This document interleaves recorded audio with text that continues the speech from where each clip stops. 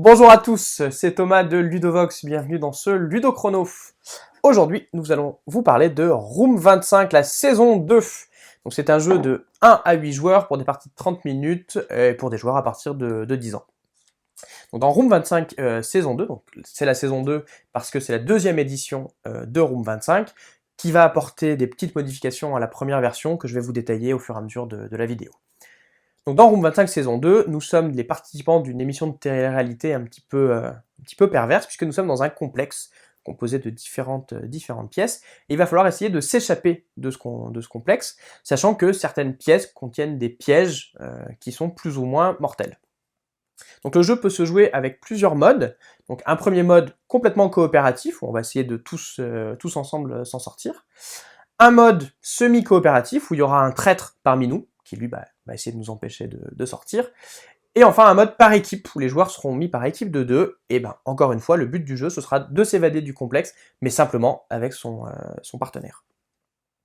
Alors le jeu se joue en un certain nombre de tours, qui sont limités en fonction du mode qu'on va choisir, et chaque tour se passe de la même façon, c'est-à-dire que les joueurs vont choisir parmi 5 tuiles actions, ça c'est une nouveauté, il n'y en avait que 4 dans la version 1, ils vont choisir 2 actions parmi ces 5-là, qui vont programmer de façon secrète.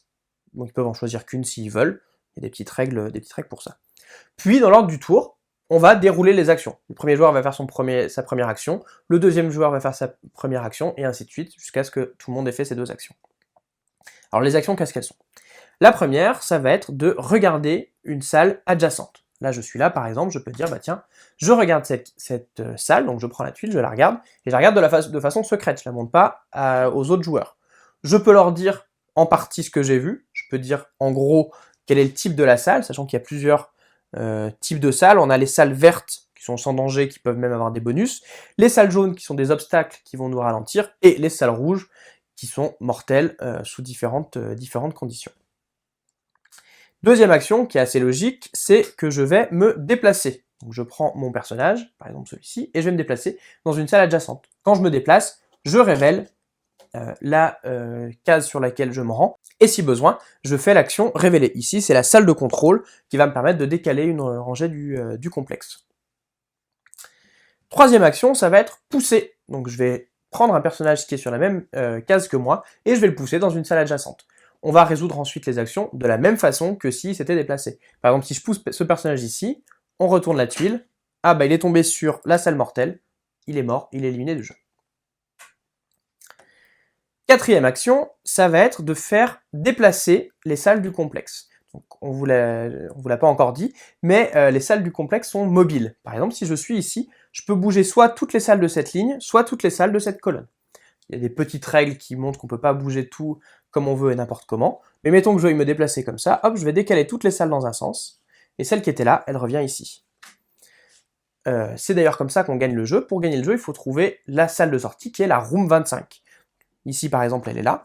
Donc le but du jeu, ce sera que tout le monde soit sur cette tuile-là, et la faire sortir du complexe avec une action comme ça, on la remettra pas de l'autre côté, ça mettra fin à la partie. La 5e tuile, donc ça c'est encore une nouveauté de la saison 2, c'est une tuile qui va être propre à chaque personnage. Maintenant dans cette nouvelle saison, les 8 personnages de la nouvelle saison ont tous une capacité particulière. Par exemple, Jennifer, le personnage que je joue, peut attirer à elle d'autres joueurs dans des salles adjacentes. Autre nouveauté de la saison 2, c'est le jeton Adrénaline. C'est un jeton qu'on va pouvoir utiliser au moment où on programme ses actions. On peut dire j'utilise mon adrénaline ce tour-ci, on n'en a qu'un par partie, et ce jeton va nous permettre de faire une 3e action. Il reste encore 2 petites nouveautés dont je ne vous ai pas parlé. La première, c'est les nouvelles salles, donc notamment la salle des robots. On va avoir une salle qui va permettre de placer des robots sur le plateau de jeu, de les déplacer selon certaines règles, et ça va permettre de découvrir d'autres salles, de déclencher des pièges, de faire un petit peu tout ce qu'on veut. Et enfin, il y a les cartes activation. Donc ces cartes activation, elles vont être utilisées soit quand on va arriver sur la salle correspondante, on va piocher une carte et ça va modifier un petit peu le complexe, soit on va s'en servir dans la partie coopérative, où on va piocher un certain nombre de cartes au début de chaque tour. Et c'est des cartes qui vont déplacer les tuiles dans le complexe, enlever certaines tuiles à des joueurs, bref, rajouter un petit peu de difficulté, notamment sur le mode coopératif. Voilà, donc c'est un jeu où il va falloir faire un petit peu de programmation, un petit peu de coopération avec ses partenaires, mais pas trop si jamais il y a un trade dedans. Donc c'est un jeu où il va falloir aussi faire quelques petits coups forés pour éliminer nos adversaires. Et malgré tout, toujours essayer de trouver la sortie. Voilà, vous savez presque tout sur Room 25 saison 2. Maintenant, à vous de jouer!